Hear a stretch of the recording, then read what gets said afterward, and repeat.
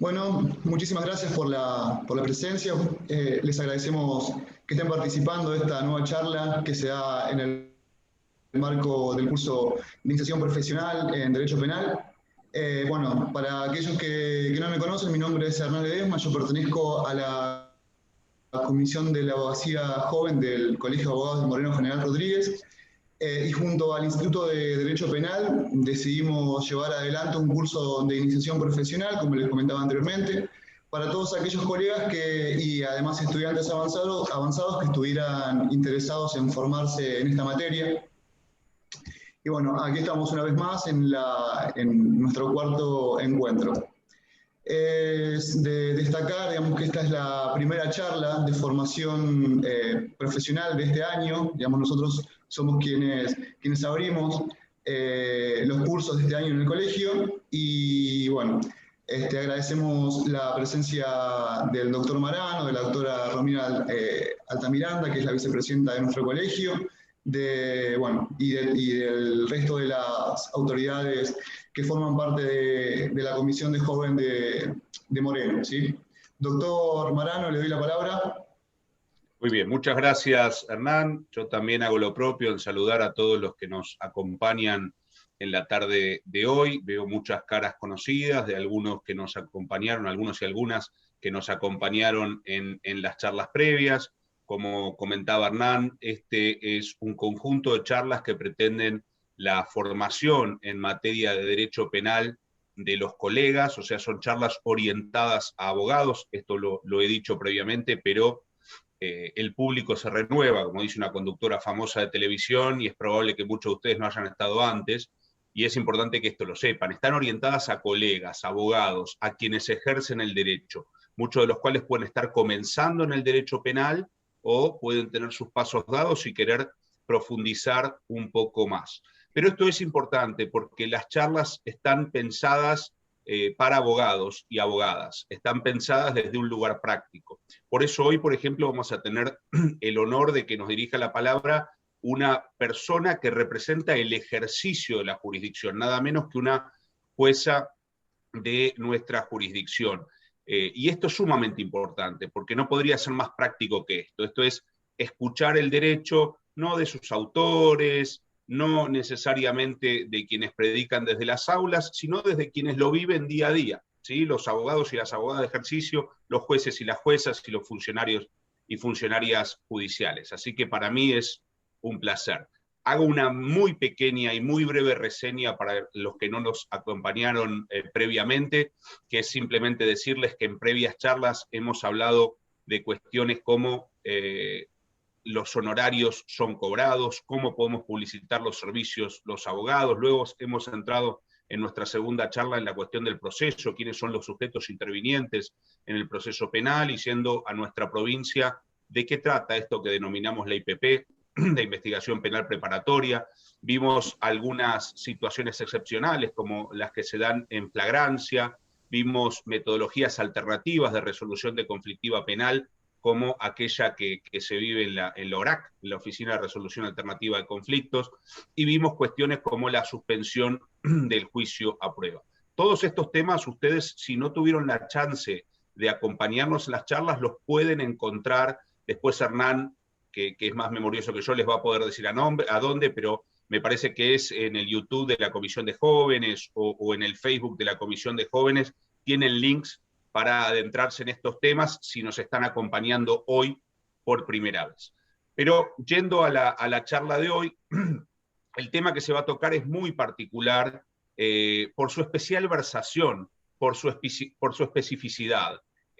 No me pongo colorado si les digo que la mayoría de los abogados en ejercicio, incluso los que ejercen derecho penal, no han pasado por el fuero de responsabilidad penal juvenil o de garantías del joven o con la denominación que reciba según la provincia en la que nos encontremos. Muchas veces hay un enorme desconocimiento respecto a cuál es la diferencia entre este particular fuero y el fuero penal ordinario, por así decirlo, cuáles son sus objetivos, cuáles son aquellas miradas que en este fuero se permiten que no necesariamente están presentes en el fuero ordinario.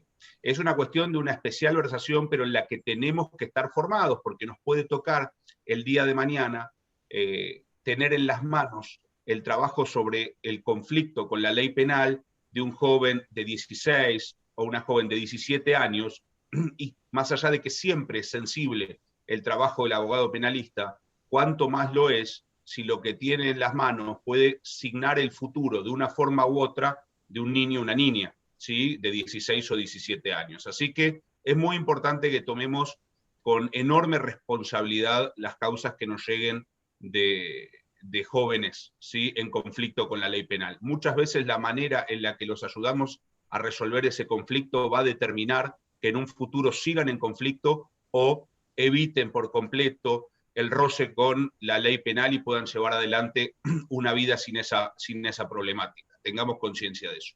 Para ayudarnos en todo esto, ilustrarnos en todo esto, en este camino tan desconocido para muchos, que es la responsabilidad penal juvenil, está la doctora Mirta Guarino, que es la jueza del Juzgado de Garantías del Joven 1 de nuestro distrito, y matriculada, si no me equivoco, de nuestro colegio de abogados de Moreno, General Rodríguez. Así que con especial cariño la saludo, doctora, y le cedo la palabra para que nos ilustre el día de hoy. Bueno, muchísimas gracias por la invitación. Bienvenidas y bienvenidos a los colegas y las colegas que se unen en este encuentro, en esta propuesta, que es ver algunos temas que tienen que ver con el fuero de la responsabilidad penal juvenil. Yo les quiero agradecer porque cuando el abogado, la abogada viene a esta sede del juzgado a representar a un joven, para mí es una gran alegría, sin perjuicio de que la defensa oficial es excelente, digamos, pero conformamos este fuero con la defensa de la fiscalía. Pero el abogado, la abogada, en forma particular, es un honor para los chicos. Sin duda es un fuero complicado porque la solución no está en el Código Penal.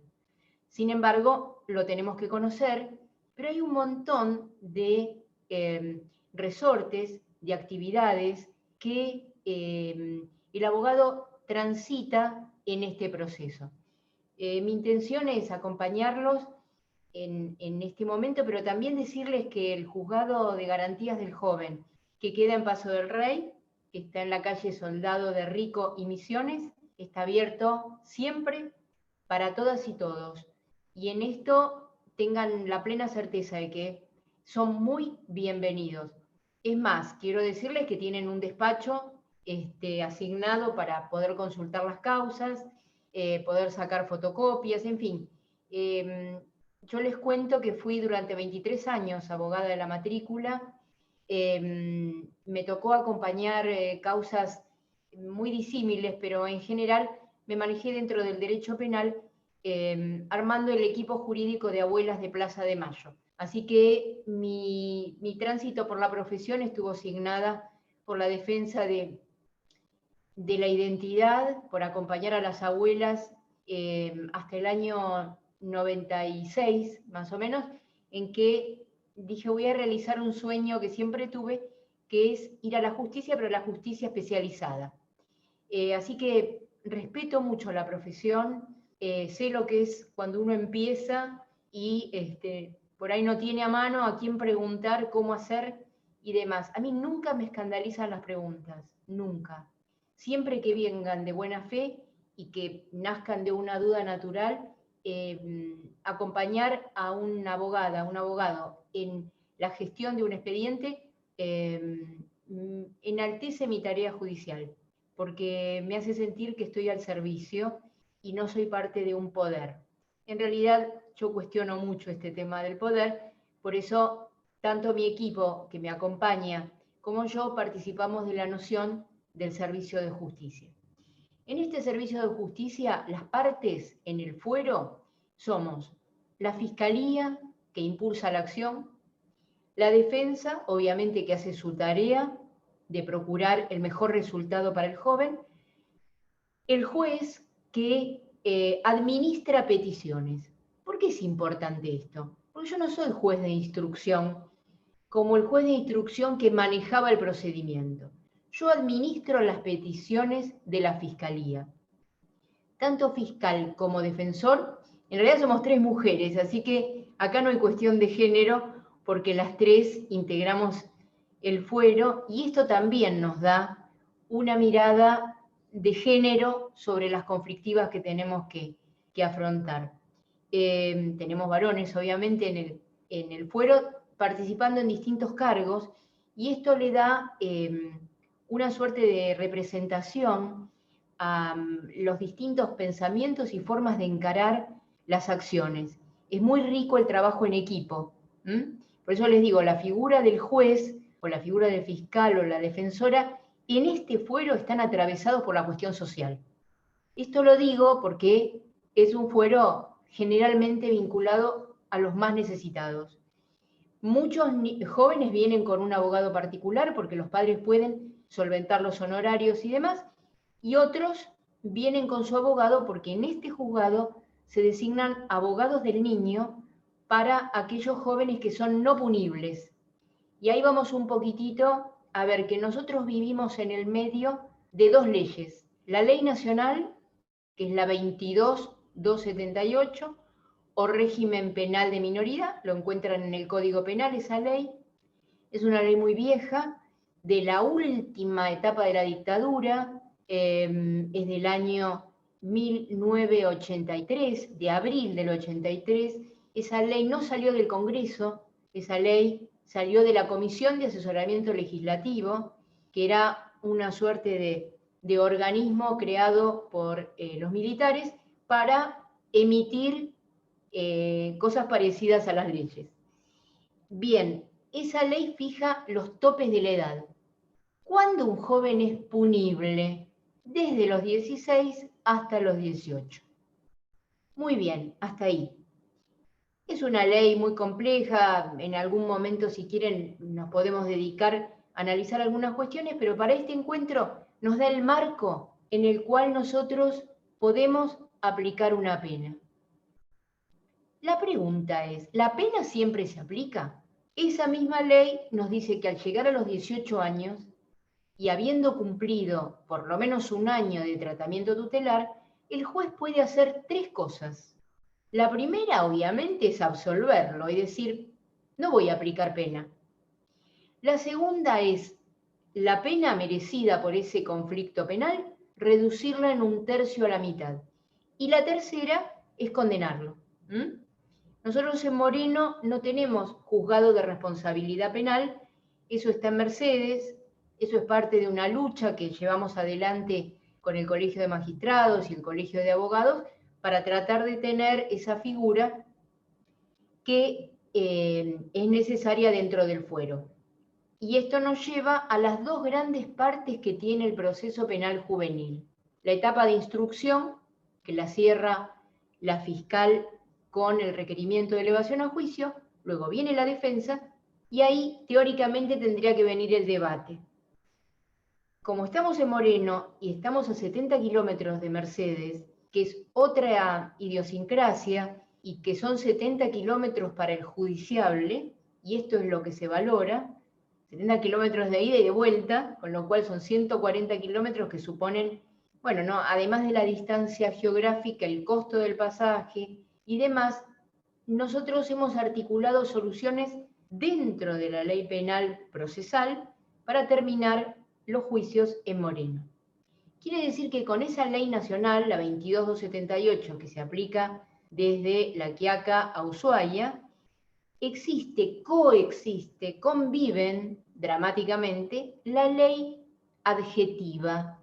O sea, no tenemos un código de procedimientos penal de la provincia, tenemos una ley penal procesal juvenil, que es la 13.634. Esa ley no salió de la nada, salió de parte de un proceso que la provincia de Buenos Aires consagra en el año 2008 al decir, basta de patronato de menores, se deroga la 10.067, se crea un nuevo sistema de protección y aparece como ley adjetiva del proceso de jóvenes la 13.634. ¿Qué pasa cuando esa ley no tiene todo lo que tiene que tener para el proceso. Vamos supletoriamente al Código de Procedimientos Penal de la provincia de Buenos Aires. Entonces, repasando, tenemos una ley nacional que nos fija los topes de la edad y tenemos una ley procesal que es la provincial. Acuérdense que la nación regula las cuestiones no delegadas a las provincias y las provincias regulamos las cuestiones que la nación nos ha conferido, los códigos de procedimiento. Si ustedes quieren saber mi opinión sobre esa ley, es un gran avance. Nuestra provincia y otras provincias han evolucionado y han progresado en esto de adaptar la Convención Internacional a la legislación interna. Muy interesante este proceso, porque en la nación, por ejemplo, un joven que comete un delito no tiene esta ley procesal tan moderna y que fija un sistema acusatorio. Bien, entonces, más o menos ya nos estamos metiendo en el mundo del proceso penal juvenil, sabiendo cuáles son los marcos, el marco nacional, el marco provincial. ¿Qué pasa? ¿Quiénes son las partes? Antes decía Fiscalía, Defensa Oficial. ¿Qué pasa cuando el joven tiene menos de 16? ¿Quién interviene? Puede intervenir asesoría de incapaces, también en los casos donde el papá no está, la mamá no está, y el joven tiene que ser representado. ¿Cómo son los expedientes que tramitan acá? Como lo que ustedes estuvieron viendo en otras charlas, que es la investigación penal preparatoria, que es la cabeza de la acción penal, eso lo lleva adelante la Fiscalía. ¿Y qué armamos nosotros? Una carpeta de causa, que sería como un legajo, que cuando uno tiene que archivar, mandar al archivo, manda todo. Manda la carpeta de causa con la IPP, la investigación penal preparatoria. Los plazos en el proceso penal juvenil son más cortos que en mayores. Por ejemplo, el fiscal tiene 12 horas para pedir algo. El joven es aprehendido porque es encontrado en flagrancia, o bien media sobre alguna orden de detención. La Fiscalía pide, ¿a quién le pide? Le pide al juzgado de garantías, ¿sí? O sea que la Fiscalía impulsa la acción.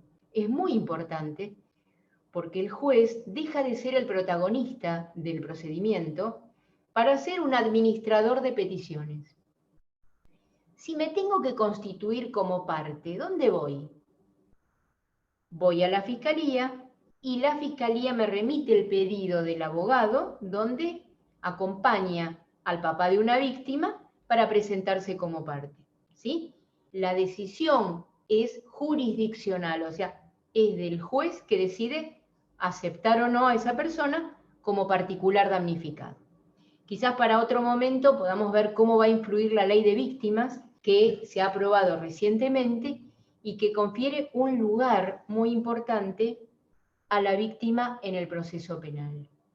Si no está el abogado de la querella, la Fiscalía, ustedes recuerden que siempre va a representar al Estado, que busca la verdad, y también a la víctima. Pero en algunos casos, a veces en los homicidios, se presenta el papá de la persona fallecida con un abogado. Quiere decir que estamos sumando una parte, que es el particular damnificado. ¿Hay alguna otra parte del Estado que están presentes sin ser parte? Sí, porque la ley penal juvenil o procesal juvenil no es una ley que esté solita mi alma tratando de castigar chicos. Es una ley que tiene que ver con el sistema proteccional, donde está comprometido el Estado nacional, el Estado provincial y el Estado municipal. ¿Qué pasa con los chicos que tienen menos de 16 años y cometen un delito de los considerados graves?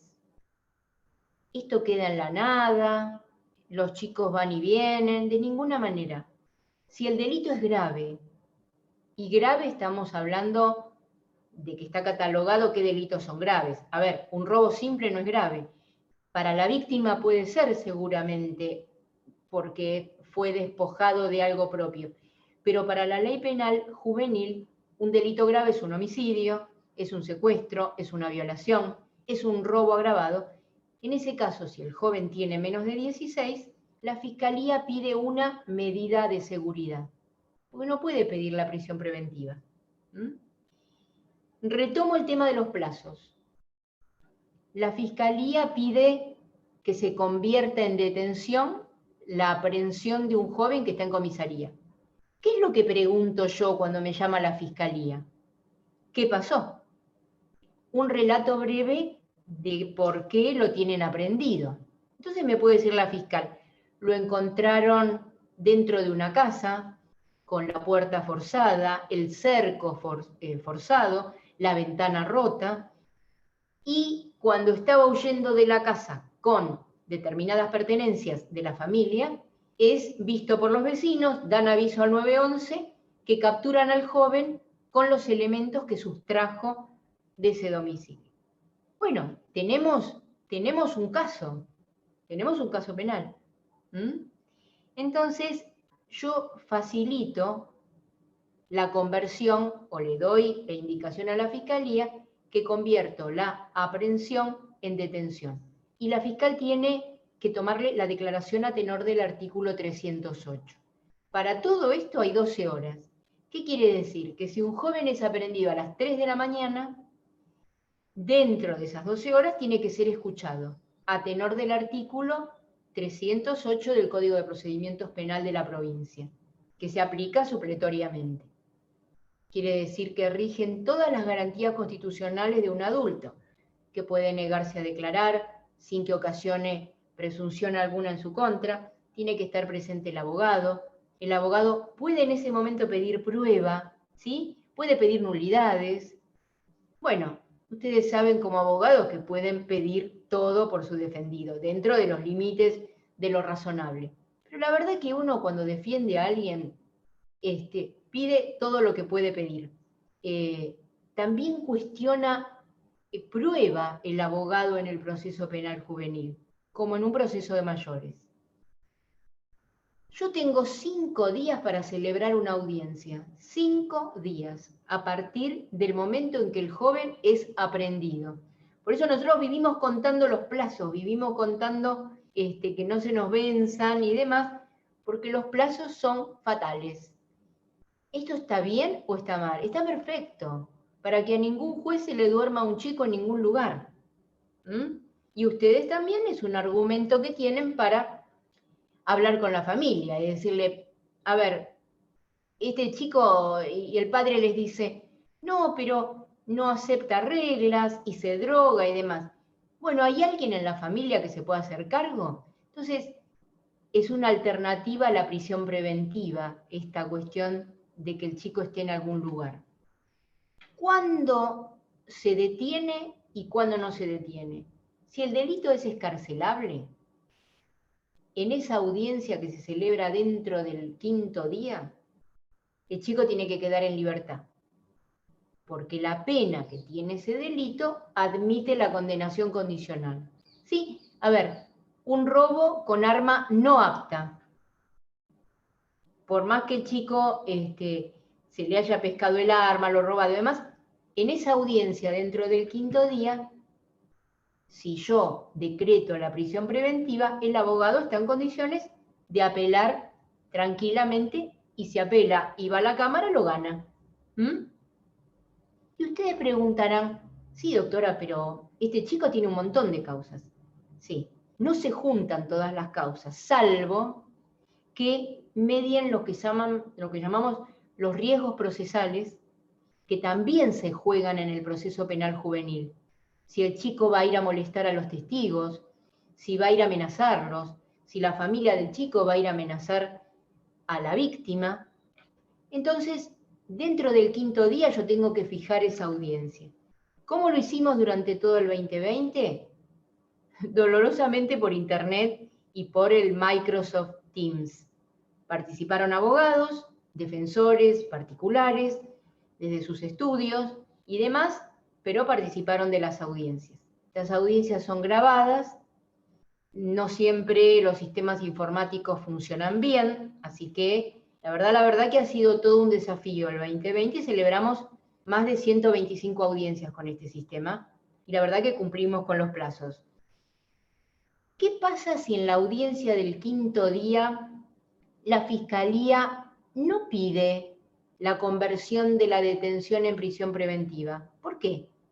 Porque bueno, porque no tiene tantos elementos, en criollo diríamos está floja de papeles, entonces no se va a arriesgar a pedir algo que no se le va a otorgar. En ese caso el chico queda en libertad con pautas de conducta. ¿Dónde están las pautas de conducta? En el artículo 42 de la ley 13634. Pero vamos al otro caso, que la fiscal tiene un montón de pruebas. Testigos, las cosas aparecieron, el arma es apta, la pena en expectativa indica que no es excarcelable, ¿sí? La pena tiene que ser de 3 años. Y ahí nos vamos a una pena mayor. Entonces, en ese caso la fiscal pide la prisión preventiva. En el sistema penal juvenil, la prisión preventiva solamente puede durar 6 meses. Pero a los 3 meses se revisa. ¿Para qué se revisa? Se revisa para ver si el chico puede salir de una institución cerrada a una abierta, porque apareció una abuela en otra provincia que tiene toda una polenta suficiente como para hacerse cargo del joven, o porque la verdad que dejaron de existir esos peligros procesales. Acuérdense que la medida de prisión preventiva es el último recurso y no tiene que existir una medida menos gravosa. Así que si ustedes se tomaron el trabajo de hablar con la abuela que vive en Entre Ríos, de que ella les mande fotos de la casa, de que les mande la dirección de la escuela donde lo va a mandar al joven y demás, bueno, es posible que ese joven, en lugar de ir institucionalizado, vaya con esa abuela. En general, cuando la fiscal pide la prisión preventiva, ¿tiene con qué? Digo, tiene pruebas y demás, y es un delito no excarcelable. ¿Qué pasa a los 3 meses? Yo tengo que hacer una audiencia para revisar esa medida de prisión preventiva. Y si estamos hablando de un joven no punible, esto no lo dice la ley, pero en Moreno, doctrina morenense, se asimila la prisión preventiva a la medida de seguridad. ¿Por qué?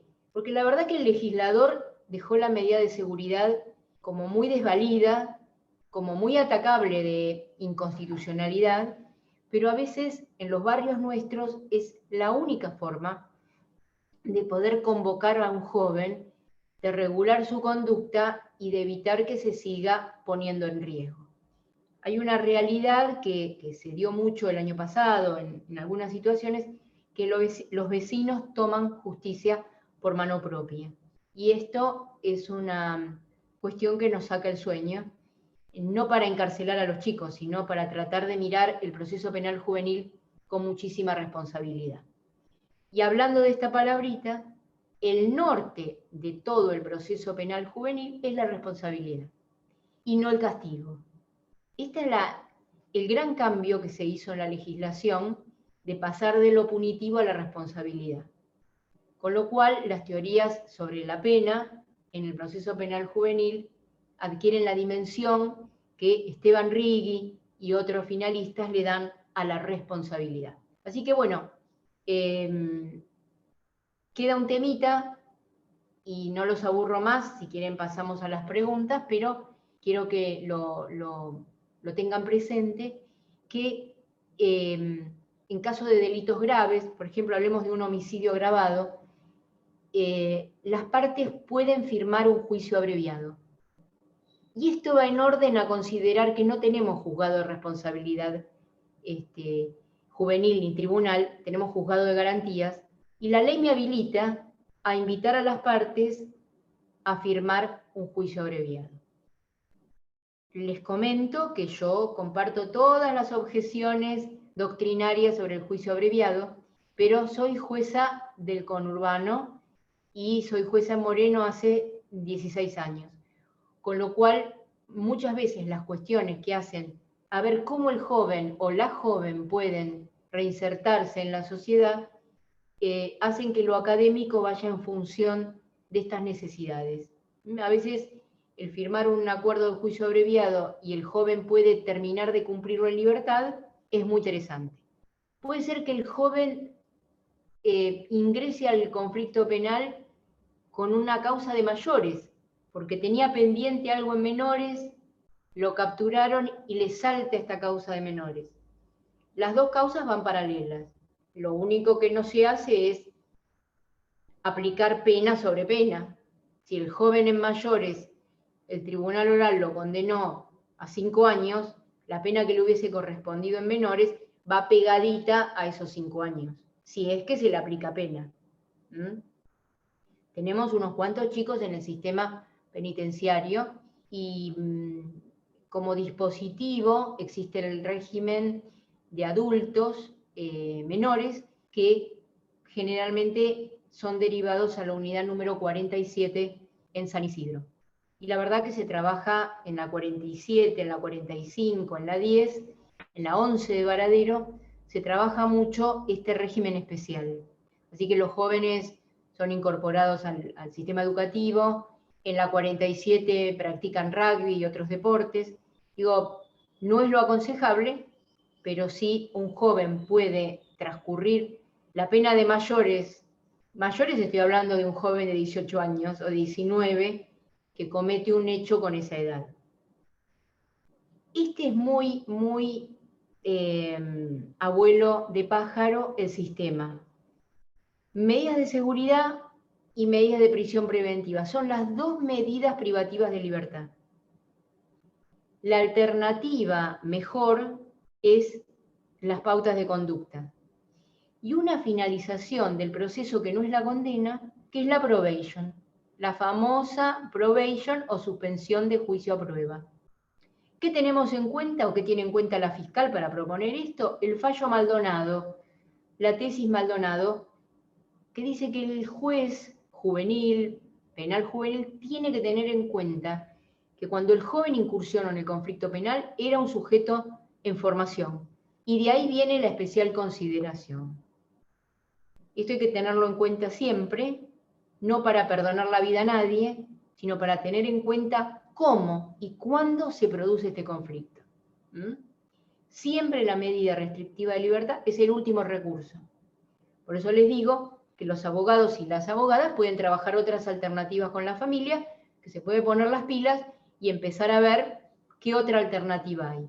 Siempre son bienvenidas las alternativas para evitar la institucionalización. Y acuérdense que la prisión preventiva no puede durar más de 6 meses, salvo que la Fiscalía pida y se le conceda la prórroga de la prisión preventiva. En total, la Fiscalía puede pedir una sola vez la prórroga. O sea que no puede durar más de 1 año. Si el chico está bien o mal, en el sentido de que cumplió o no con el tratamiento, al año queda en libertad. Y esto es una cuestión que opera de pleno derecho. Un día más habilita la interposición de un habeas corpus o bien una denuncia. Pero generalmente nosotros tenemos una muy buena articulación con Fiscalía y Defensa y nosotros velamos mucho por estos plazos, no solamente los defensores. En el juzgado tenemos un registro para tratar de que no se nos venzan estos plazos y mantenemos mucha articulación con los equipos de las instituciones. Esta es otra pata del Estado, que es el Estado provincial, con quien tenemos una muy buena articulación histórica para trabajar con directores, con los equipos técnicos donde están los chicos. Y hacemos el puente con el Servicio Local de Protección de Derechos para que el joven, cuando recupera la libertad y cuando vuelve a territorio, esté contenido por los programas del municipio. Si está en Moreno, si no, articulamos con los municipios generalmente de Merlo o de Morón. Tenemos muchos chicos de San Martín también, así que para nosotros es muy común la articulación con los órganos municipales. Y la verdad que es lo que corresponde. La justicia penal juvenil no tiene que ser la regla, y todo aquello que pueda ser arreglado de alguna manera con los vecinos. Por ejemplo, la fiscal suele pedir la aplicación del instituto de la remisión, que es la posibilidad de que las partes se pongan de acuerdo, que el chico repare o que devuelva lo robado y demás. Esto es muy importante porque se extingue la acción penal con la remisión.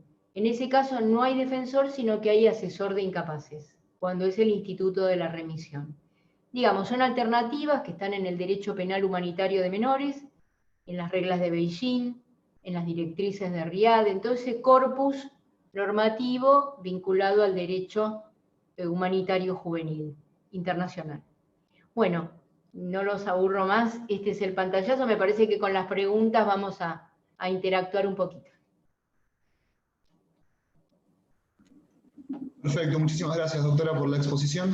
Bueno, empezamos con las preguntas. Ya me había adelantado algo por el chat, que las preguntas van a ser leídas, bueno, a través del chat.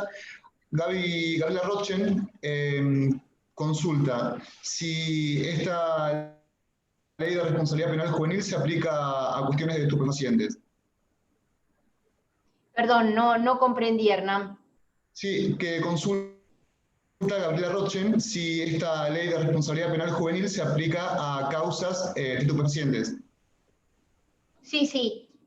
Nosotros tenemos el mismo código penal que los mayores y la ley 23737 integra el código penal como anexo, así que tenemos muchas causas, no por consumo, sino por tráfico, donde el niño, el joven es utilizado, conocido con la denominación de soldaditos, ¿no? Así que muchas veces son utilizados los jóvenes dentro de estas organizaciones criminales para que los jóvenes realicen determinadas tareas. Pero la respuesta es afirmativa para Gabriela. Perfecto. Bueno, mientras tanto vamos esperando a ver si alguno o alguna colega se anima a hacer consultas. Yo le pregunto, doctora, ¿cuál es digamos, la participación o la intervención del abogado del niño, digamos, a qué se circunscribe en su juzgado? ¿Qué función cumple esa figura? Bien, muchas veces la Fiscalía solicita para los jóvenes que están en situación de mucha vulnerabilidad, pero donde la actividad delictiva está vinculada al consumo problemático, solicita una protección de medida de protección de derecho a la salud. El derecho a la salud, ustedes saben muy bien que hay que regularlo junto con la ley de salud mental, porque las instituciones donde se pueden derivar al joven tienen que ver con la ley de salud mental. Internar a un joven uno no lo puede hacer dentro de esa medida, sino que lo tiene que derivar al fuero de familia.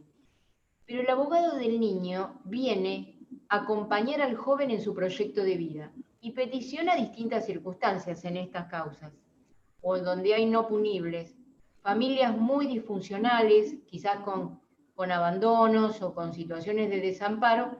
El abogado del niño piensa, propone y exige algunas medidas tutelares o tuitivas que tienen que ver, por ejemplo, con buscar una guarda en algún vecino, en algún familiar, y buscar los tratamientos, o sea, pedir que se dé intervención al Cedronar, que es el organismo nacional, que Moreno tiene una buena articulación con el Cedronar, histórica también.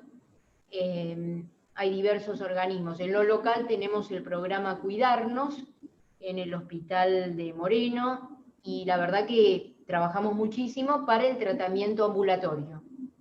Pero, digamos, esas medidas tienen que ver con el proyecto de vida, y ahí el abogado del niño es fundamental, porque no hay ningún castigo, ninguna pena, no hay una cuestión penal. El abogado del niño no interviene en la cuestión penal porque para eso está el defensor. Interviene para algo mucho más complejo, que es el proyecto de vida de ese joven, y en lo inmediato, si hay que internarlo, bueno, lo acompañará al fuero de familia, ¿no? Bien, muchas gracias. Hernán, muchísimas gracias.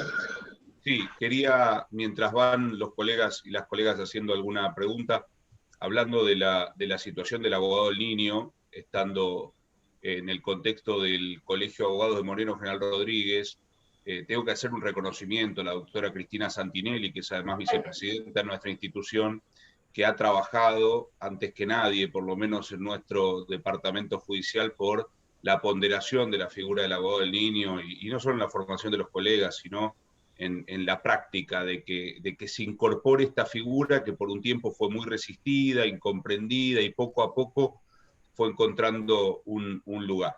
Así que bueno, mi reconocimiento a la doctora Santinelli, que aunque no esté presente aquí, Sí, igual, seguramente la conoce, doctora Guarino.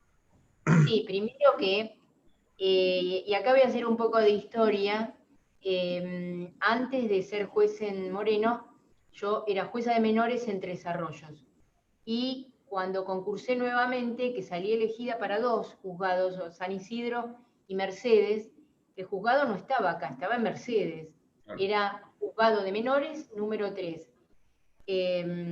La doctora Santinelli se movilizó muchísimo para que el juzgado viniese acá, a Moreno.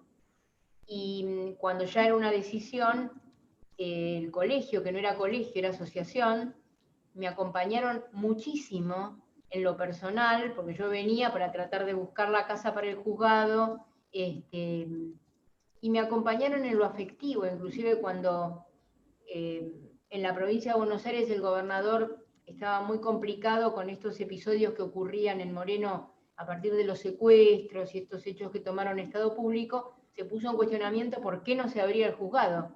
Y bueno, y Cristina estuvo siempre al lado mío, haciendo un montón de gestiones. Y después me ha convocado a la Comisión de Abogado del Niño, que hemos hecho varias charlas, y me ha permitido introducir esta figura dentro del proceso penal juvenil en Moreno. Y la verdad que Moreno está haciendo historia a nivel nacional con estas cuestiones, porque lo tenemos muy desarrollado y muy presente. Así que mi saludo a Cristina, mi reconocimiento eterno. Si no va a estar presente, pero de alguna manera la hacemos presente con este reconocimiento, ¿no? Así es. ¿Hay alguna pregunta, Hernán, en el chat para transmitir a la doctora? Sí. Pregunta el doctor Julio Portillo. Bueno, pasa en el conurbano que algunos menores no poseen documentos de identidad. ¿Se hace algún trámite de índole administrativo para ello? Sí, muy buena pregunta y es un lío ese, realmente, pero a ver, puede ser que el joven no tenga su documento porque no está anotado en el registro civil. No se horroricen, porque puede ser que son chicos que han transcurrido su vida sin estar anotados. En ese caso, yo como juez penal, el primer tema que tengo que velar es el de la identidad, primero. Entonces, si no está inscripto en el registro civil, abro un expediente de inscripción de nacimiento y dicto una sentencia de inscripción. Pues no corresponde derivar eso a familia, porque el chico está o con alguna medida de seguridad, y en el caso de que le falte el documento, esto lo hace el Centro de Referencia Penal. Me olvidé, cuando hacía la mención de los organismos, el Centro de Referencia Penal territorial se llama Centro de Referencia Territorial Moreno, que está a cargo de la licenciada Cecilia Benítez. Acompañan a los jóvenes con las medidas alternativas, o sea, para los chicos que no están presos pero que están transitando procesos penales. Son verdaderos acompañantes. Hay operadores sociales, hay un abogado, hay psicólogos, y es un organismo provincial. O sea, dentro del panorama de organismos con los que articulamos, prácticamente estamos a diario con el centro de referencia, que atiende a los chicos punibles a partir de los 16. ¿Por qué? Porque en menos de 16 interviene el programa de responsabilidad juvenil del municipio de Moreno, ¿sí? A cargo de Laura Olivera. O sea, menos de 16, municipio. De 16 para adelante, centro de referencia. Perfecto. El doctor Daniel Martín pregunta, ¿puede repetir el último instituto que citó sobre el derecho humanitario? ¿Ese instituto se lleva a cabo en una audiencia? Gracias. Le pedimos si usted nos puede recordar. El Instituto pedimos que pueda reformular la pregunta. ¿Te parece? Sí, sí. Perfecto, bueno, y seguimos con la otra pregunta. Entonces, le pedimos al doctor Daniel Martín si puede pasar bien perdón, Martín Pérez, si puede repetir la pregunta. Después, la doctora Rosana Ojeda pregunta, si pasaron las 12 horas de detención, ¿qué medida como abogado defensor se puede solicitar? Bueno, generalmente estas horas de detención tienen que ver con que el joven no puede estar en comisaría, así que la Fiscalía, en el caso de que se produzca esto a las 3 de la mañana, el joven queda con un familiar en una oficina, porque no hay dónde trasladarlo. Nosotros en Moreno no tenemos un lugar como tiene San Martín, que es el CAD, que es un centro donde el joven, hay un equipo, el joven es derivado y demás. Así que si es capturado a las 3 de la mañana, esperará en comisaría a que a las 8 de la mañana se le tome el 308, y a partir de ahí ya habremos cumplido con este acto fundamental, que es de escucharlo, y ahí la fiscal pide o no la conversión de aprehensión en detención. Si no la pide, el chico se va a su casa.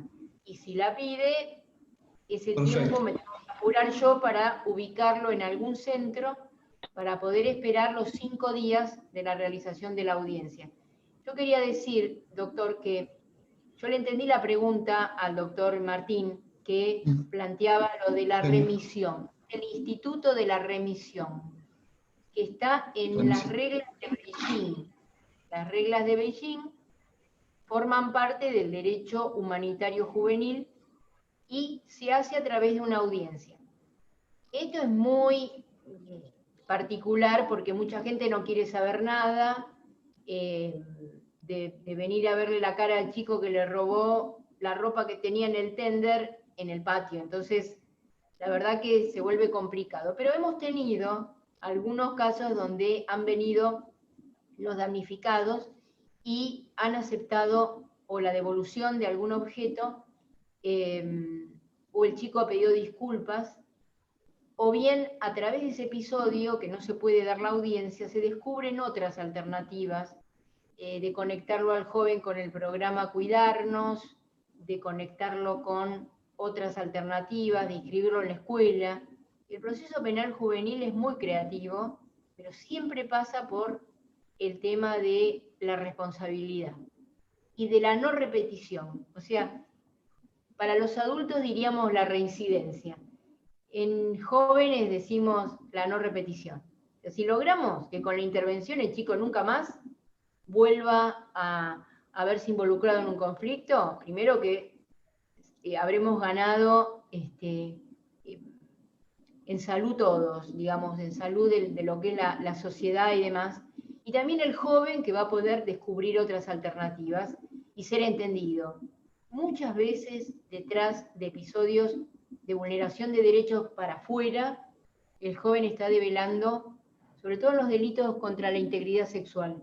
Tenemos muchos conflictos de ese tipo y muchas veces detrás de ese conflicto hay alguna victimización de ese joven cuando era niño. No siempre, no estoy diciendo que una cosa es equiparable a la otra, estoy diciendo que las historias de vida cuentan mucho en estos procesos, ¿no? Perfecto. Otra pregunta, doctora. En caso de reincidentes, ¿cómo se trata este hecho? ¿Cómo se logra evitar este hecho? No dice el nombre del doctor o la doctora. Miren, la no repetición, la no reincidencia tiene que ver con el abordaje que se haga. A ver, si en el primer hecho, que es un hecho escarcelable, un robo simple, se interviene a través del organismo administrativo que es o la municipalidad o el centro de referencia, y al joven se lo acompaña en pautas de conducta, se inscribe en la escuela, con las alternativas que haya. Cuando yo digo escuela, es lo que hay. Digo, o las cartillas, no estoy hablando de la escuela tradicional, sino lo que se puede hacer. Y el joven empieza a ser acompañado por el centro de referencia es muy posible que no vuelva a repetir. Si además se suman otros familiares que tienen como un compromiso con el joven, o una madrina, o una vecina, o alguien que colabora con esto, es muy posible que el joven no vuelva a inmiscuirse en conflictos penales. Así que la no reincidencia tiene que ver con el tipo de acompañamiento que se haga al joven. Está muy vinculado. Perfecto, gracias por responder. Mónica Torres consulta, que creo que ya lo había respondido, pero si es así, pasamos con otra pregunta, doctora, es si se aplican programas de justicia restaurativa. Bien, es muy buena pregunta, no, antes no lo habían preguntado. La justicia restaurativa es un programa específico que se hace desde la Procuración y que siempre es jurisdiccional, o sea, no lo puede hacer un organismo administrativo, lo tiene que hacer Fiscalía con funcionarios. Son programas que se instalan y que tienen que ver con un par de cargos que se designan para tratar el conflicto penal en sus diferentes dimensiones, desde lo psicológico, desde lo social, desde lo médico. Es muy interesante, por ahora no tenemos nada instaurado de este tipo, yo creo que se va a ir avanzando, digamos, es lo deseable. Ahora, también tenemos que ver que los conflictos penales graves no admiten ingresar en ese programa. Digo, los delitos contra la vida, contra la integridad sexual, es muy difícil trabajarlos desde la justicia restaurativa. No se olviden que tenemos víctimas, ¿no? Perfecto. Otra pregunta dice, ¿qué responsabilidad tienen los padres en el momento de la detención del joven? ¿O se encargan los institutos dispuestos por vuestra señoría? Respecto al seguimiento del joven y su desarrollo, decía. Bueno, nosotros en el juzgado, en tiempos de presencialidad, ya hacía unos, yo creo que 8 o 9 años, se organizó un grupo de madres que se llama Madres de la Esperanza, que nació en Cuartel Quinto como un acompañamiento, digamos que las madres necesitaron, después se sumaron algunos padres, a veces algunas tías, terminó siendo un grupo de familiares. La verdad que el año 2020, con la pandemia, no nos hemos podido reunir, pero mantenemos un contacto telefónico. En este momento han vuelto, no como grupo, pero el año pasado, no, el anterior, 2019, fueron acompañados por estudiantes de la Universidad de Moreno, en un programa de pasantías que tenemos un convenio con la universidad, y la verdad que fue un trabajo muy bueno. La pregunta que hace el colega con respecto a la responsabilidad, la verdad que la responsabilidad parental es lo único que hay que reparar, porque si el chico estuvo o abandonado o a merced de sus impulsos y los padres no estuvieron presentes, o porque el padre está preso, o porque la madre no alcanzó a ver esto, lo natural es que los padres se incorporen al proceso y participen. Ya les digo, con la pandemia es muy complicada esta participación, pero lo estamos volviendo a hacer con todos los cuidados y las burbujas necesarias para que sientan que si el chico está preso, ellos tienen que dar cuenta de esto. Sobre todo para la vuelta, o sea, cómo garantizamos la vuelta del chico al territorio, ¿no? A su casa. Vale, pero y con respecto a eso, también, bueno, que viene unido el doctor Sergio Zacayán, pregunta, con las medidas de seguridad hacia menores, ¿deben ser citados los padres a las audiencias? ¿Qué dice la ley respecto a ello? No, eso no está escrito, depende del delito, Claro. y depende del grado de participación. A veces los padres suelen defender a los hijos en delitos muy graves y suelen tener manifestaciones que al joven o la joven no les hace para nada bien. En ese caso se espera un tiempo para que los equipos puedan trabajar con esos padres, pero en el momento, sobre todo en delitos graves, yo no estoy hablando de un robo simple, pero estoy hablando de algún delito grave, hay algunas madres o padres que suelen defender a los hijos con este clásico, pero mi hijo es un genio, mi hijo no hizo nada. En este caso, lo que hacemos es esperar un poco porque al joven no le hace bien esa defensa. Para eso tiene su abogado defensor o su abogada defensora, y en ese caso se opera desde otro lugar, ¿no?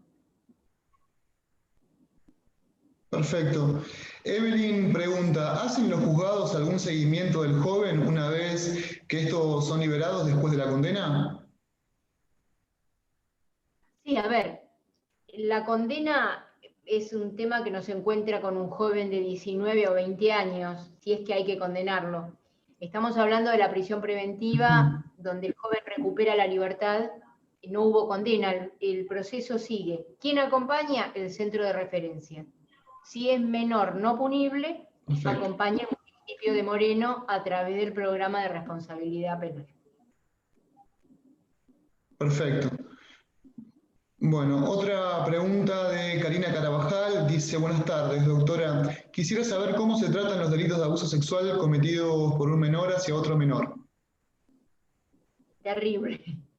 Pero bueno, la pregunta es muy interesante. Nosotros hablamos de ofensores sexuales cuando el delito es intrafamiliar, estamos hablando no de una travesura, sino de un incesto, por ejemplo, cuando el niño o la niña avanzan sobre el cuerpo de un hermano o de una hermana.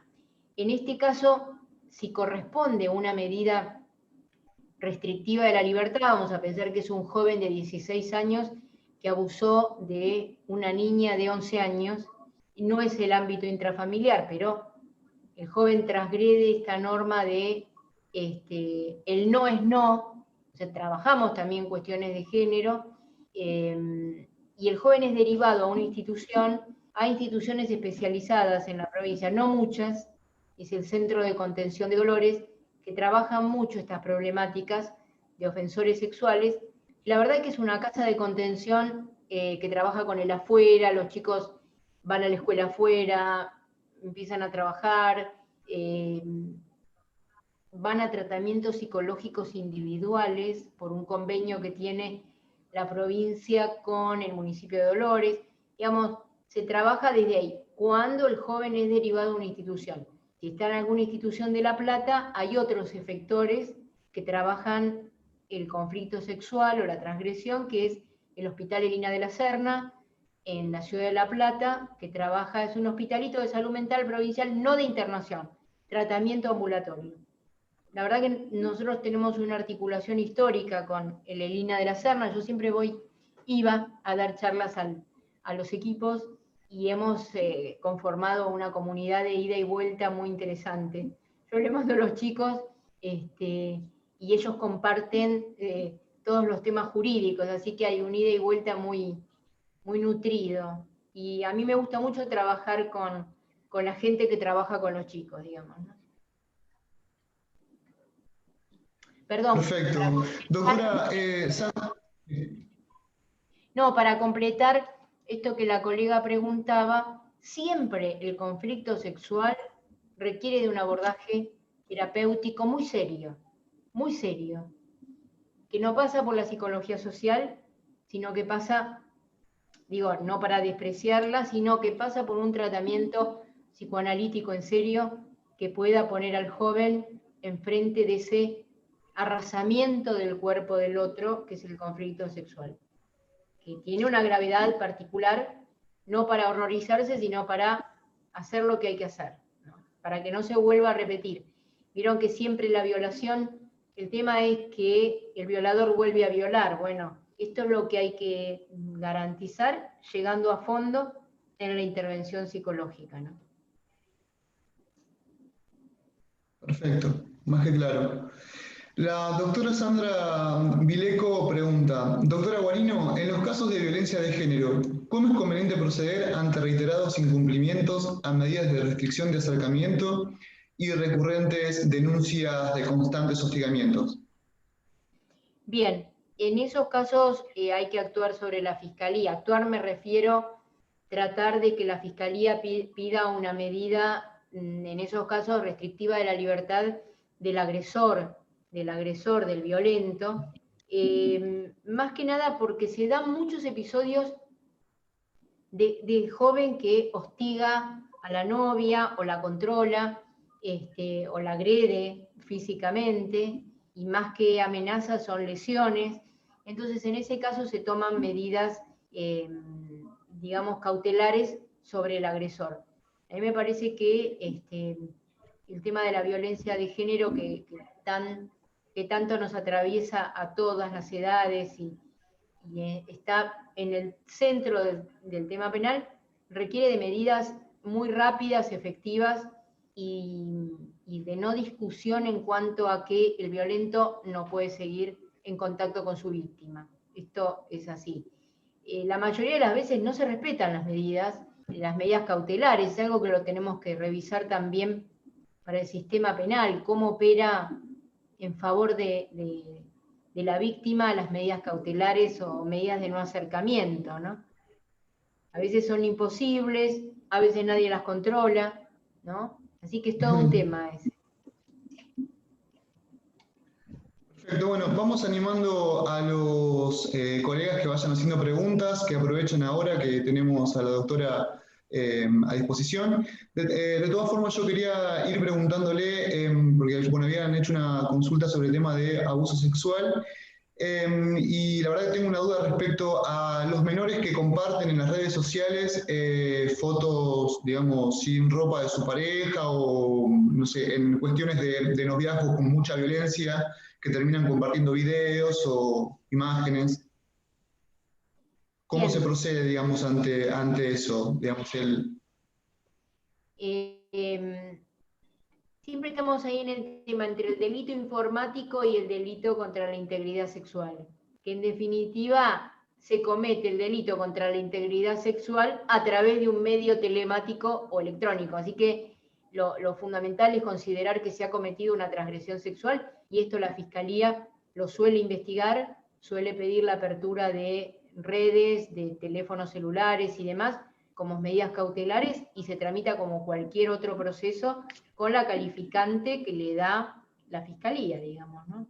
En esto yo estoy siempre sujeta a lo que pida la Fiscalía, pero el abogado está en todo su derecho de poder denunciar en la Fiscalía la comisión de estos hechos a través del sistema informático, ¿no? bien, perfecto. La doctora Trinidad Rojas pregunta, buenas tardes, doctora, consulta. Cuando por la naturaleza del delito entiende la justicia federal, ¿de qué forma acompaña el fuero penal juvenil? Particularmente en los delitos contenidos en la ley 23737 y haya menores como partícipes de una asociación ilícita destinada a la comercialización de estupefacientes. Miren, ese tema lo tenemos nosotros, no lo tiene la justicia federal, en el sentido de que yo tengo varias causas por infracción a la 23737, no estoy hablando del consumo, estoy hablando de la tenencia con fines de comercialización y la participación del joven en una organización. Ahí nosotros actuamos con nuestra fiscal, con nuestro fuero. Puede ser que nos pidan a veces de otro juzgado la intervención por vía de exhorto, pero la verdad que si tramita en el fuero provincial, lo atiende el juez de garantías y el fiscal juvenil. Si tramita en un juzgado federal, el juez federal tiene competencia para la parte tutelar, que no es lo que nos pasa a nosotros en el fuero provincial. En el fuero provincial está especializado el tratamiento de los niños, niñas y jóvenes.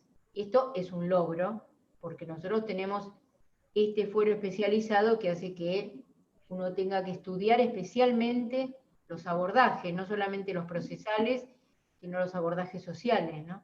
Pero es un fuero especializado. Ya les digo, los plazos más reducidos, el norte que tiene, hace que se busquen otras soluciones que no siempre son las punitivas.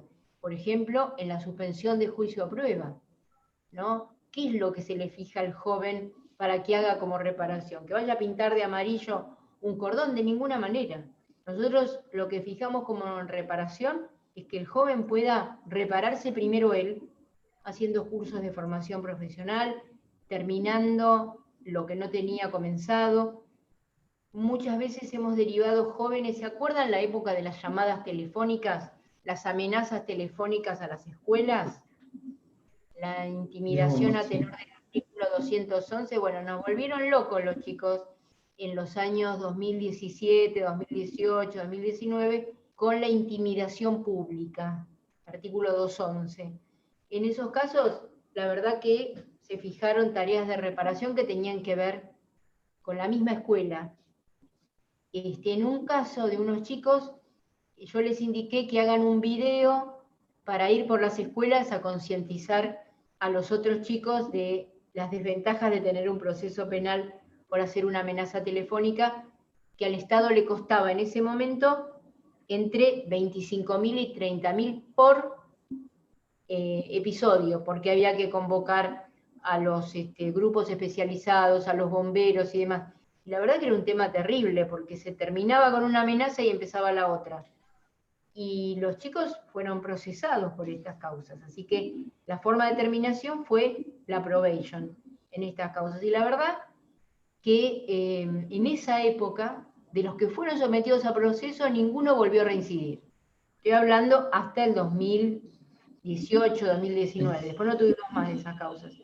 Pero no hubo reincidencias por intervención, ¿no? Y más allá de la imposición, digamos, de tareas comunitarias como la que usted comentó, digamos, si bien influye en un gasto, ¿eso también se hacían responsables a los progenitores, digamos, del pago de los 25 o 30.000 pesos por cada, digamos, puesta en funcionamiento de todo el aparato del Estado para poder tratar de garantizar que no corran peligro los otros chicos? Sí, en realidad la probation, hablo del sistema procesal, no nos permite aplicar esa pena pecuniaria porque se está renunciando, la Fiscalía renuncia a esa forma punitiva. Esto lo hemos arreglado extrajudicialmente, le dimos intervención al fiscal de Estado para que se pudiese constituir como actor civil, y la verdad que no lo hizo, y esto hubiese sido muy interesante para pedir desde ahí el resarcimiento. O sea, yo no lo podía hacer en el proceso penal, pero el fiscal de Estado no lo hizo como actor civil. Ahí hubiese estado esa clave para eso que usted dice, Hernán, de poder resarcir desde ese lugar económico, que hubiese sido muy interesante. Bien. Doctora, le quería hacer una consulta. Sí, Hernán, sí, puedo preguntarle, que tenía que ver con... Muy bien. Una mirada más amplia, dado que usted, bueno, ha tenido participación como abogada de la matrícula, luego ha sido funcionario judicial y tiene una mirada abarcativa. Por otro lado, cosa que a mí me parece muy importante reconocerle, tiene también una mirada de la justicia como servicio y no como poder estatal, lo cual es muy notorio y muy importante reconocer y celebrar. En ese contexto, las estadísticas nos muestran que en general los adultos que delinquen han tenido algún pasado vinculado con el conflicto con la ley penal. Es decir, la mayoría de los adultos que reciben una pena, una condena o que son sujetos a proceso, han tenido algún paso, dependiendo de la época de la que hablemos, por los viejos reformatorios o por la justicia juvenil. Si usted tuviera que hacer una crítica, no me refiero solamente a la justicia penal, sino al Estado mirando al joven en conflicto con la ley penal, ¿cuál es la crítica que haría? ¿Qué piensa que falta para que no ocurra que las estadísticas denuncien tanto que muchas de las personas que de adultos tienen problemas con la ley penal han comenzado de jóvenes? Usted contó que en muchos casos se puede parar y dio algunas claves sobre eso. El primer abordaje habló, pero en muchas ocasiones no se logra, más allá de lo que se intente. ¿Qué es lo que está fallando a su criterio? ¿Qué fallaría? Sí, yo lo digo humildemente porque lo digo desde algunas comprobaciones. Para mí lo que falla es que hay que abandonar mucho los discursos donde de alguna manera se perdonan las situaciones porque el niño nació en tal o cual situación de desvalimiento, se liga el conflicto penal con la pobreza, con el desamparo, y la verdad que me parece que estamos por un mal camino que nos lleva a considerar que los pobres roban. Lo digo para buscar argumentos que después a la hora de encontrar un chico de 20 que ya transitó por institutos, cuando era menor, se buscan estas cuestiones. A mí me parece que menos declamaciones y menos búsqueda de esas historias, lo que puede hacer es encontrar la raíz del conflicto penal en cada joven, en su situación personal, en su vida y en su contexto. Generalmente los chicos no reflexionan cuando hacen algo porque tienen más la acción a flor de piel. No reflexionan, no pueden hacer esa mediatizar mentalmente entre voy a robar y roba. El chico se dirige y roba y digamos no lo reflexiona, más aún si está bajo alguna sustancia. Entonces me parece que hay que captar desde la adolescencia todo el tema de pulsiones, impulsivo y demás, y poder considerar que atendiendo a esas cuestiones y con pautas, las pautas de conducta son muy importantes. Ustedes no saben cómo se regulan los chicos cuando tienen pautas. Por ejemplo, una de las pautas es venir todos los lunes, a mostrarnos la carpeta de la escuela. Esto que parece una pavada tiene que ver con fijarle al niño o al joven o a la niña una rutina o una pauta que hace que alguien le mire el cuaderno. En muchos juicios donde se terminaba con la probation o con alguna pena, pero el chico estaba en libertad, el acompañar la carpeta de la escuela a fin de año, los boletines, es parte de su documentación personal, así como su DNI, o tramitar el DNI que lo perdió, lo volvió a perder 3 veces. Me parece que fallamos a veces en cuando declamamos un montón de cuestiones y que acertamos cuando nosotros hacemos lo mismo que los chicos, que es acción. Yo creo que más acción y menos palabras en torno a lo juvenil nos transforma en más actores y menos espectadores. ¿Y cuál es la película terrible o la obra terrible? Y ver a un chico de 20 que lo tuvimos cuando era menor. Yo siempre digo, si he ido a la cárcel a visitar, como es mi tarea, de visitar los institutos penitenciarios y encontrar a algún chico que me saluda y me dice, uy, jueza, ¿se acuerda que yo estaba y no le hice caso cuando era chico? Me habrá pasado una vez, 2 veces en todo este tiempo, pero me dolió muchísimo porque ahí experimenté algo del fracaso como jueza y como Estado, ¿no? Yo soy el Estado acá también, junto con los demás colegas, con ustedes. Somos el Estado de alguna manera, distintos roles, pero eso somos, ¿no? Para no correrme del lugar que me toca. Yo hablaría menos, buscaría menos justificaciones biológicas o estas cuestiones de una pseudo atribución a la pobreza, para encontrar más qué hacer cuando un chico está muy solo o cuando el narco viene a reemplazar al Estado que se retiró, y me incluyo siempre cuando digo Estado, nunca me corro de esto. Eso es lo que me parece, es muy modesta, ¿no? No quieren, no lo tomen como una receta, es una opinión nada más, ¿no? Muchas gracias. Bueno, ahí la doctora María Carolina nos consultaba, dice buenas tardes, quería consultar si va a quedar subida para poder volver a verla otra vez a la charla.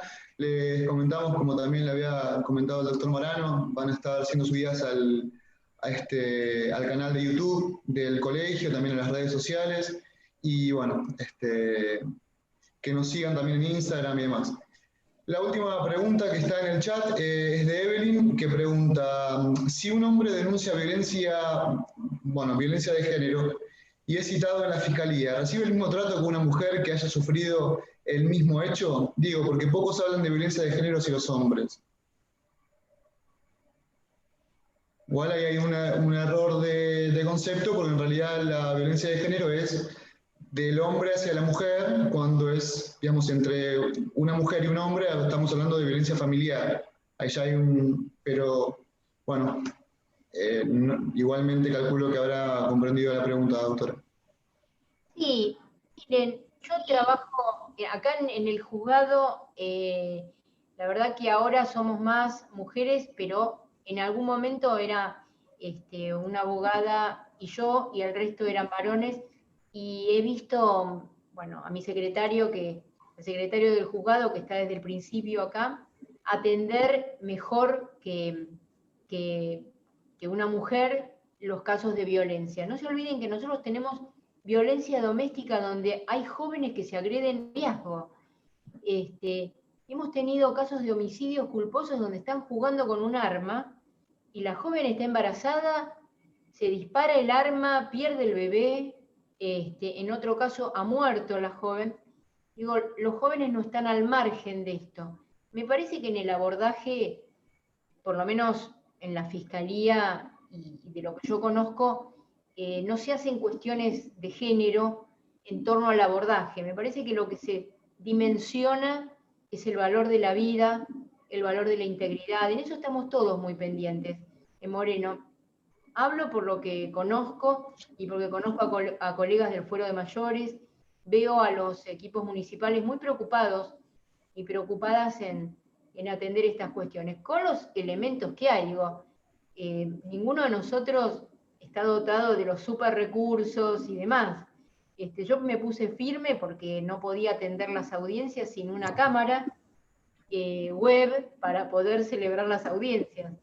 Primero traje la de mi casa, bueno, después la Corte me dio esta con la que celebro las audiencias. Quiero decir, somos buscadores de recursos, pero me parece que el corazón lo tenemos abierto a la problemática de violencia que también nos duele a nosotros, ¿no? Y a nosotras. Yo les quería decir algo, si me permiten los organizadores, y si les parece, que todos los colegas que les quieran acercar a ustedes las preguntas, o también ustedes, yo las puedo contestar por escrito y remitirlas por mail al colegio, o a Hernán, o al doctor Marano, Perfecto. para que quede como una suerte de compilado de las preguntas y lo puedan tener los colegas a mano. Siempre a disposición de ustedes en la vida diaria, en las causas que tengan. Disculpen si a veces tenemos poco tiempo, pero siempre somos muy pocos acá en el juzgado. Pero bueno, el corazón es grande. Muchas gracias, doctora, por eso. Y bueno, Sí, tomará totalmente. ahí Hernán la posta, me parece una buena iniciativa. Ahí completando un poco, si se me permite, la inquietud de Evelyn, que preguntaba y que la doctora le contestó, en términos generales, y esto lo digo porque algo hemos mencionado en alguna otra reunión, por eso vuelvo a tocar el tema, hay una inquietud sobre si las denuncias y el tratamiento de violencia sufrida por un hombre desde una mujer y las denuncias y el tratamiento penal de la violencia sufrida por una mujer por parte de un hombre son tramitadas de igual modo por el sistema. La respuesta es que no, pero uno no debe escandalizarse porque no. La Argentina ha asumido una serie de compromisos internacionales respecto al esclarecimiento, la investigación y el castigo de la violencia hacia las mujeres, no de la violencia hacia los hombres. El por qué la Argentina asumió ese compromiso y no algún otro tipo de compromiso responde a cuestiones sociológicas, políticas y de contexto, que tiene que ver con la gravedad y la alarma social que ha traído la violencia hacia las mujeres. Es un tema complejo, tal vez el tema de más avanzada del derecho penal en la Argentina sea la ponderación de la prueba en los delitos de intimidad, entre ellos la violencia de género. Pero estamos frente a una situación en donde es correcta la inquietud de la colega, el tratamiento no es igual, la explicación del desigual tratamiento es de tipo normativa y de normativa internacional que luego fue incorporada a nuestro sistema. Yo le Sí, quería doctora, perdón. No, en orden a esto que usted está diciendo, el municipio de Moreno abrió una instancia de un programa para el abordaje de hombres violentos. Esto es un tema. En el fuero de menores, digamos, al hombre víctima de una violencia, a un varón, la verdad que se le da el tratamiento de joven que ha sido víctima, sea mujer o sea varón. Digamos, tratamos de equiparar, no desde el género, más allá de los documentos internacionales y los instrumentos que nos ponen como una normativa en cuanto a la violencia, lo tratamos desde el sujeto de derechos joven menor de edad. Y en esto tenemos situaciones de varones que han sido victimizados, y la verdad que la han pasado mal en los episodios. Intentamos que sea resarcido o ponerlo fuera de ese circuito, de tomar medidas con la mujer violenta. Esto pasa, digo, además no es tan insólito, pero sí coincido en que el abordaje a nivel de mayores y en general es un poco desigual en cuanto al tratamiento. Me parece que coincido con usted, doctor, de no asustarnos, porque estos son caminos que estamos haciendo en el sistema penal, que cada vez se vuelve más amplio, cada vez los delitos son más diversos, y también los penalistas estamos como desafiados a ver cuál es el alcance del derecho penal y hasta dónde la pena, como cuestión que retribuye la conducta disvaliosa, es algo que también tiene que ser reelaborado. Y en las medidas cautelares, me parece que el tema de violencia está atravesado por estas medidas, ¿no? Que es el abordaje inmediato y hacer cesar la victimización. Gracias, doctor. Sí. No, por favor, doctora, muchísimas gracias. Bueno, vamos a ir entonces cerrando la charla, Hernán. Si te parece, yo no quiero cerrar la misma sin un enorme agradecimiento a la doctora Guarino por su presencia. Sigue en el juzgado, son las 6:30 de la tarde, todas esas cosas. En mí, por lo menos, que ejerzo el derecho como abogado litigante hace mucho, no pasan desapercibidas. No siempre es lo que uno se encuentra. Lo cierto es eso. Usted tiene un enorme compromiso, doctora, con su profesión y con los colegas.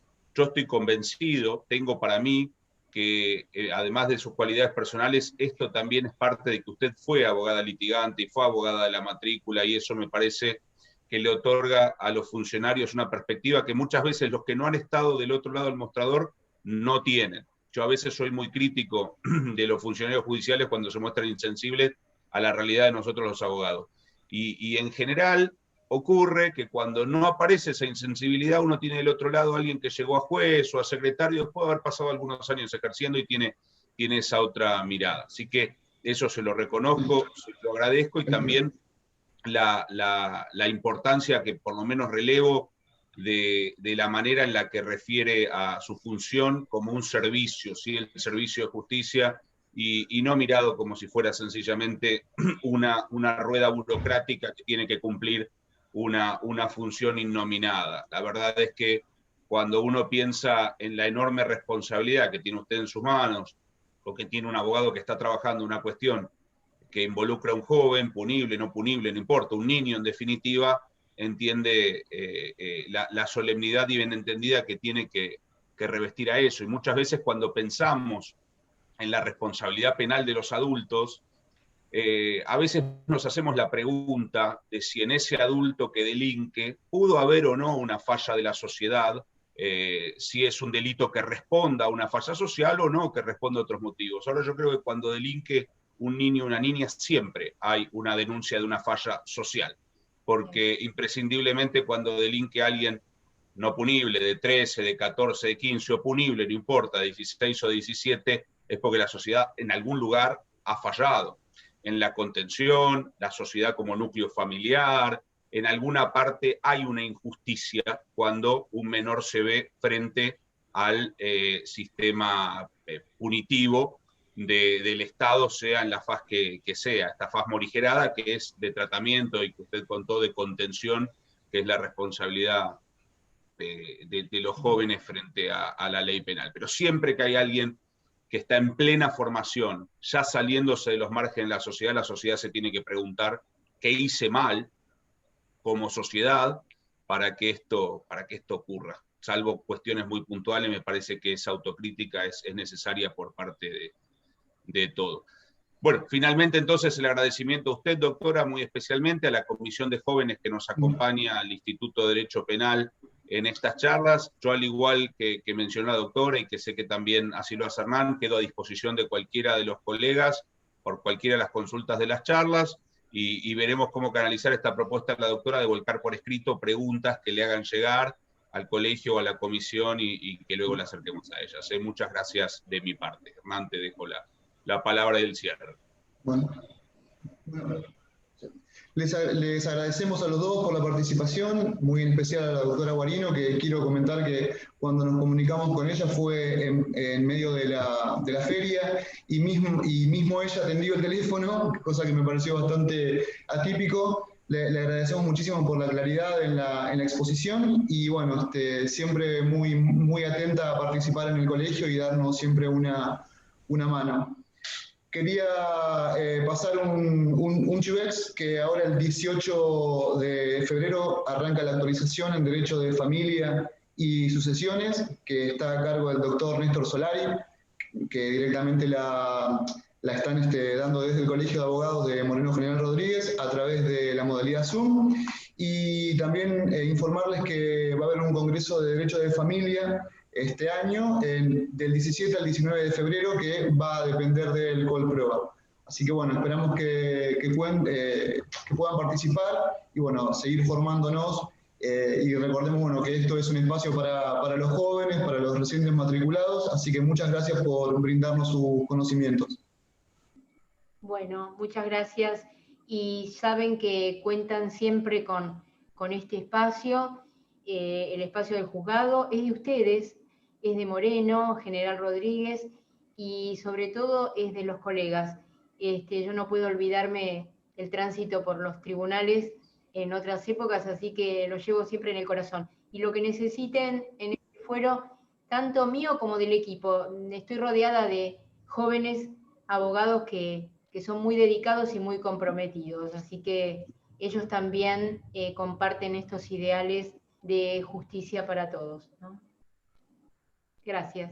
Nos vemos. Bueno, muchísimas gracias, doctores, que anden bien. Hasta luego. Hasta luego. Adiós, hasta luego.